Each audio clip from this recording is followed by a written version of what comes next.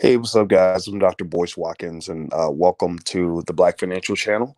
I hope you guys are doing well, and we're going to talk about what's going on with the stock market. You've had a really great week, and but there's a lot more on the horizon that you need to be warned about. So we're going to cover that right now.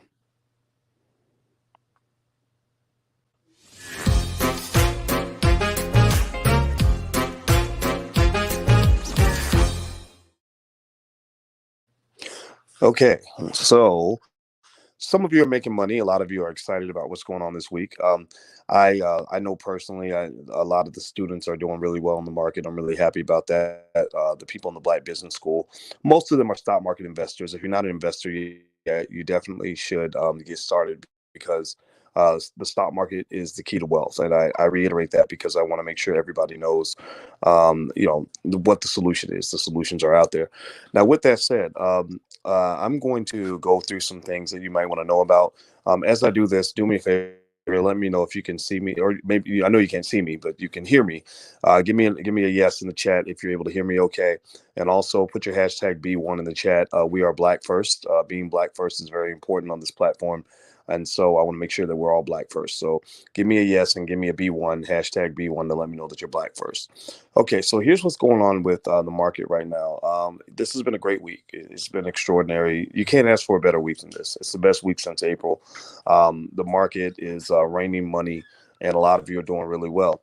Part of this increase in stock price, and I discussed this a little bit earlier this morning, is it relates to the fact that the markets, the stock markets, investors love balance when it comes to government. They like a balance and predictability. Balance means that you don't have a blue wave, you don't have a red wave. You have a balance. You have maybe blue and red, right? The Crips and the Bloods are working together. You have maybe a Democratic president who's being controlled or managed a little bit by a Republican Congress, or a Republican president who's being managed by Democrats in the Senate, or whatever the case may be. Well, the reason that the market improved was twofold. One, there was increased certainty about who the president was going to be. The uncertainty was a big issue. Nobody knew who the president was going to be. A contested election was going to be very bad for the market. And so as Biden got closer to winning, the market was happy about that because at least we know what we're working with. Remember, investors don't get scared of any particular scenario. It's more so about knowing where the money's at and knowing what you're working with. So with Biden in the White House, they kind of know where the money is. They kind of know what they're working with, and that's what they were happy about. Now, the other assumption that was causing the increase in the market had to do with the fact that there was balance. You were going to have a Congress that was balanced between the Democrats and Republicans. So the Senate was going to be held by the Republicans, the House of Representatives held by the Democrats, and the White House controlled by the Democrats. Okay, fine. Well, two of those two assumptions are not necessarily as accurate as we might have thought. These are two risk factors that have not been priced into the market that could put your investments in jeopardy for the short term in terms of the market value. You may want to consider, put options or something to protect against the downside. Number one, I just firmly believe we're going to have a contested election. I cannot imagine Donald Trump walking away peacefully. I think Trump is going to fight like heck, and I feel also that it was a huge mistake for him to declare victory on election night because it's almost as if he was preparing his people to go fight. That's not good for democracy, and so he's going to have lawyers and lawsuits and protests and everything else, and I think that's going to cause the presidency to kind of be in jeopardy. They're going to spend a lot of time counting votes and all that. The second assumption that doesn't work so well, that's going to cause problems, is the fact that Congress isn't decided. There was the market made the assumption that Republicans are going to maintain control of the Senate. Well, not so fast. There's some congressional races, I think two of them in Georgia, that haven't been decided yet, where they have to do recounts and runoffs. I think in Georgia, they have a law that says if you don't get the majority of the vote, you have to do a runoff against the other top candidate. So some of that may not be decided till January. So a contested Congress and a contested presidency is going to be bad for the market, most likely. That's what the expectation is. And more particularly, it's bad for growth stocks. Growth stocks are small companies that are not extremely profitable, but they're growing because they're making major investments. Well, if there's a blue wave and you increase the capital gains tax rate, then you reduce incentive for investing. all the growth stocks that are doing the heavy investing, where a lot of their high price is based on massive growth due to massive investing. Well, guess what? When taxes go up, those companies stop investing as much as they did before, which reduces their stock price. And so, basically, if there is a blue wave, you're going to see you're going to see a pricing, or you're going to see a market decline, most likely, partially due to the tax increases. So, is that the end of the world? No, I still think long-term investors are going to be fine. But what you saw recently, when the market actually dipped right before the elections, you saw a shift from growth stocks to value stocks. So now you may see a shift back to growth stocks, because there's going to be balance. But if the balance is in jeopardy, then you're going to see a shift back to value stocks. Value stocks are stocks that are much more profitable, but they aren't growing as much because they're not investing as much in their growth. Now, anyway, let me know if you can hear me. Do me a favor, hit the thumbs up button. Please hit the thumbs up, share, and subscribe button. And also, please make sure you subscribe. If you want to follow me on Instagram, there's my Instagram, The Real Boyce Watkins. So feel free to follow me on the gram right there. And also, I'm on Spotify, the drboycebreakdown.com. So if you want to hear my Spotify podcast, feel free to subscribe there. And you can text the word Boyce to 31996 to get text notifications. There it is, text Boyce to 31996.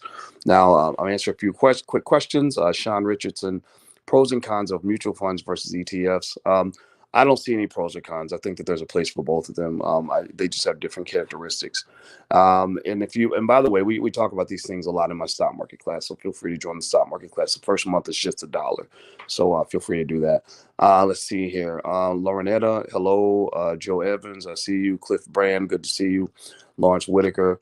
Who's made money? Give me a yes or no if you've made money in the last few days or last couple of days. I'm going to assume everybody's made money. If you haven't made money, then then something's probably wrong in terms of how your portfolio is structured.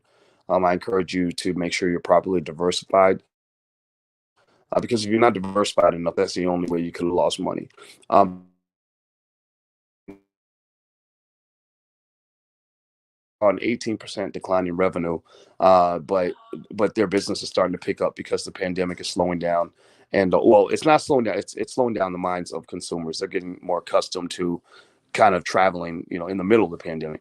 And also, Uber just won a big battle out in California, where they actually were able to reclassify drivers as something other than employees that have to receive benefits. So, is that a good or a bad thing? I don't know. I'll leave it up to you to make that decision.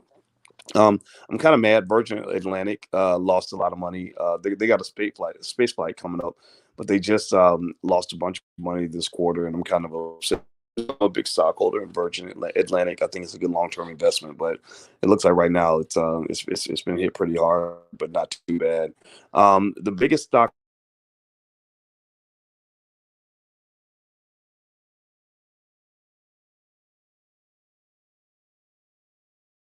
or something in the chat to make sure you can hear me, because I'm kind of swapping files here and doing stuff on my phone. And I don't want to screw up here. In terms of Square surged by 7%. After it generated earnings of 34 cents per share, which is higher than the expectation of 16 cents per share. Roku went up 3%. They earned 9 cents per share. The analysts had projected a loss of 40 cents a share. Electronic Arts, their stock actually dropped 7.3% because they actually missed their earnings numbers, their earnings expectation, which is interesting, right? Because a lot of these stay-at-home stocks like Electronic Arts have done really well due to the fact that people are at home and they're playing more video games and things like that. Now, Gloria says I'm freezing. Was I freezing, or were you able to hear me the whole time? If you can hear me the whole time, let me know. Say I can hear you. That way I can know for sure that you can hear me. Um, let's see, T-Mobile. I like T-Mobile a lot. Last week, one of you asked me what I thought about a 5G stock, or which stocks I thought would be great 5G investments, and I mentioned T-Mobile. So I'm actually quite proud of the fact that T-Mobile went up 5% today. And so I was really happy to have invested in T-Mobile. So anyway, guys, I'm going to get on out of here. I hope that this helps you. Thank you, Cliff. I appreciate that. Thank you for the feedback. Do me a favor, hit the thumbs up button. If you haven't done it yet, please hit the thumbs up, share, and subscribe button. And also, like I said, if you want to subscribe to my Spotify podcast, you can go to the drboycebreakdown.com. It's right there on the screen. That's where you can actually hear my audio commentary.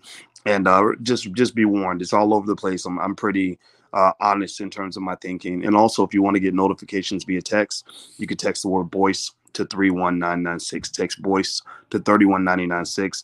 And if you want to follow me on Twitter, there you go. There's a way you can follow me on Twitter too. So take care. I'm out of here. I'll keep you guys posted on what's going on in the stock market, and happy investing. And I hope you make a ton of money. I'll see you soon. Bye bye.